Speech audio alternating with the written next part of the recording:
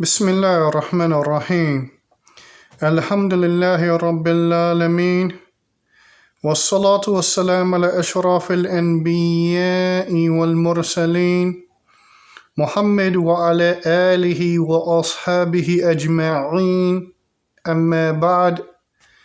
Inshallah, I'll try to be as brief as possible as it relates to my statement. But in opening up the subject that I want to touch on, that I have to make clear that our outlook and how we approach things, our outlook on life, it dictates the decisions that we make. It drives or it affects how we make decisions. And our decisions, they dictate our outcomes. So if a person has a corrupt way of processing things, but by way of thought, then that'll cause that person to make some pitiful decisions. And as a result, the outcomes for these decisions will likewise be pitiful. So I want to begin by mentioning that, because the point is that we as Muslims, those that have been given guidance, we need to understand that our outlook on things needs to be in accordance with that guidance. Our outlook, on things needs to be shaped by the guidance that's been revealed from above the seven heavens. Now, with that said, I want to give or mention some things that two particular situations that have happened to me. This particular first situation I'm going to mention happened recently, meaning this week.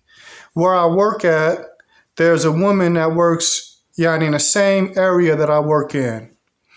And of course, due to the nature of my job, it's clear that I'm a Muslim, and the duties that I am doing for the company is Islamic related. And so she questioned me about me being Muslim, which of course I answered in the affirmative.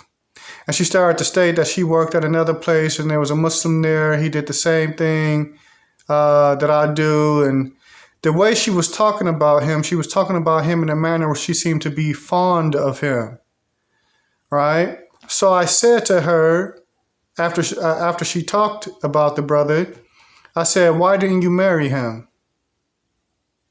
When I asked that, she reacted in a surprised manner. And so she started rambling, "Oh, well, he was married, and I know you guys can have more than one wife," and she started rambling on, right? So I sat, I listened, I let her ramble on until she finished. And of course, she didn't answer the question. So I asked her again, "Why didn't you marry him?"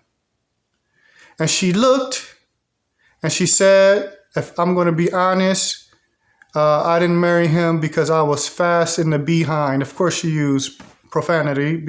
That's how a lot of women with no guidance would speak. So she used profanity, but basically she was saying she was fast in the behind. And so she passed up an opportunity that would have undoubtedly been beneficial for her, for the grass is greener on the other side of the fence mentality. All right? And we'll get to that. There was another situation about a year ago. A female at the job, once again, saw me, recognized I was a Muslim. I don't wear thobes to work. I wear a regular t-shirt and pants. But she recognized that I was a Muslim, approached me, asked me if I was a Muslim. And in the course of me conversing with her, she goes into how she was going to marry a Muslim in Baltimore. She even met this man's wife, and she kept speaking on and on. I don't know why she didn't marry this brother. I never asked, but the stories are all the same. But she ended up saying that she loved that brother. But of course, the marriage there was no marriage that came to pass. Both of these women, the first one, 38 years old, children, more than one child, not married, and most likely the men that she deals with are not marriage-minded at all, because most of the kuffar men are not on that page. The second one, in her early, going into her mid-30s, around 32, 3, maybe 4 kids, different baby daddies, no prospect for marriage in sight. The problem with these women is that they have the grass is greener on the other side of the fence mentality, where they thought whatever it is that they were doing when they were in their early 20s was more important than that which Allah was presenting to them, of a situation that most likely would have been beneficial for them. A husband guiding them to the worship of Allah and bringing them and assisting in bringing them closer to Allah, and a husband that would have been committed to them and would have taken care of them, and thus forth and so on. So why do I say this? Because some people would say, well, these were women without guidance. These were women who were short-sighted, and thus forth and so on. The reason why I say this is because the Muslimat here in the U.S. who revert to Al-Islam come from these women. And they bring into Islam the thinking of the women within this society. And a part of that thinking is this, the grass is greener on the other side of the fence mentality.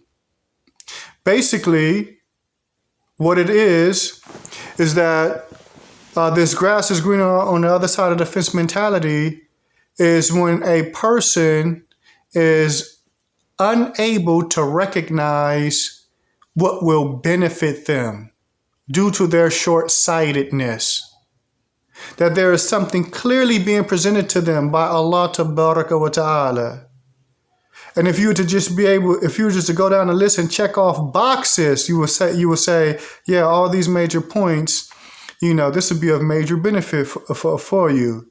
Okay, you may have an issue here or issue there that you may not like, or a pet peeve that may be a source of annoyance for you, but it's not a deal breaker, and it's not something that'll cause you to not be committed to the situation. But these types of women, those that are influenced by the Lil Kims and the Foxy Browns and some of the ones that have influence over the younger women in the society, the Cardi B's, the Nicki Minaj's, and like this, those who take them as role models, they are suffering from this, the grass is greener on the other side of the fence mentality. And unfortunately, the Muslimat, some of the Muslimat that revert into Islam, carry this with them. Carry this pitiful mentality with them. And so the Prophet ﷺ, he instructed the believers, he said, "Ihris ala ma yanfa'uka wasta'in billah wa la ta'jaz." Aspire after that which is beneficial for you. Seek assistance from Allah and don't be inadequate in that regard. And don't be inadequate in that regard. And so the Muslimat, those that have accepted the guidance of Allah Tabaraka wa Ta'ala, then this is how you should approach affairs. Looking and weighing the situation in its entirety. Is this a situation that's going to be beneficial for you more so than detrimental, or vice versa? And if you can clearly see that it is something that is beneficial for you, despite the fact that it may have in it some things that may be a source of annoyance, and I don't even want to use the word annoyance because I think that's too big of a word, but there may be some slight discomfort here or there, or yani some aspects may be yani uncomfortable. If it's still an overall benefit for you in this life and in the next, then you should seize it. You should obtain it. You should cling to it. You should grip it. And you shouldn't be concerned with looking at what could be, or what might be, or what might come later on. And thus for so on, with this the grass is greener on the other side of the fence type mentality. Because consequently, if you do that, especially as it relates to suitable men for marriage, you could be passing up the opportunity for you to be happy and content by marrying an upright brother that will bring security to you. And security is not just in money, but security is more broader than just finances.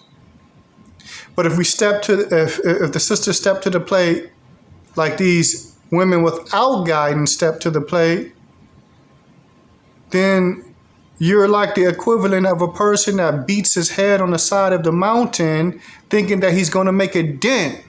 But the only thing that ends up fractured is one's own skull. Because like I said, the first example, this woman was 38. No marriage prospect in sight. The men don't get down like that in the society. The other one in the early, going into the mid-30s. No marriage prospect in sight. In fact, she just recently had a child.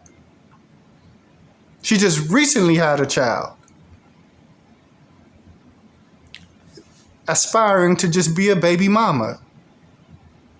But that's because of her pitiful outlook. And her pitiful outlook influences her decision making, and her decision making dictates that her outcome. She's a baby mama with no prospect of marriage in sight. So she's probably going to grow old alone. And Allah Tabaraka wa Ta'ala knows best. So sisters, we have to make better decisions, but we have to have a better outlook on things. We have to aspire after that which would be a benefit for us in this life and in the next life. That's what you should be looking at. That's what you should be striving after. And not looking at other situations and saying, hold up, I can do better, or it will be that like this, or I want to do this, or I feel like that. Forget that type of kalam, because it could cause you to miss out on a situation that's beneficial for you. And Allah Tabaraka wa Ta'ala knows best. Subhanakallahumma wa bihamdika ashhadu an la ilaha illa ant astaghfiruka wa atubu ilayk. Assalamu alaikum wa rahmatullahi wa barakatuh.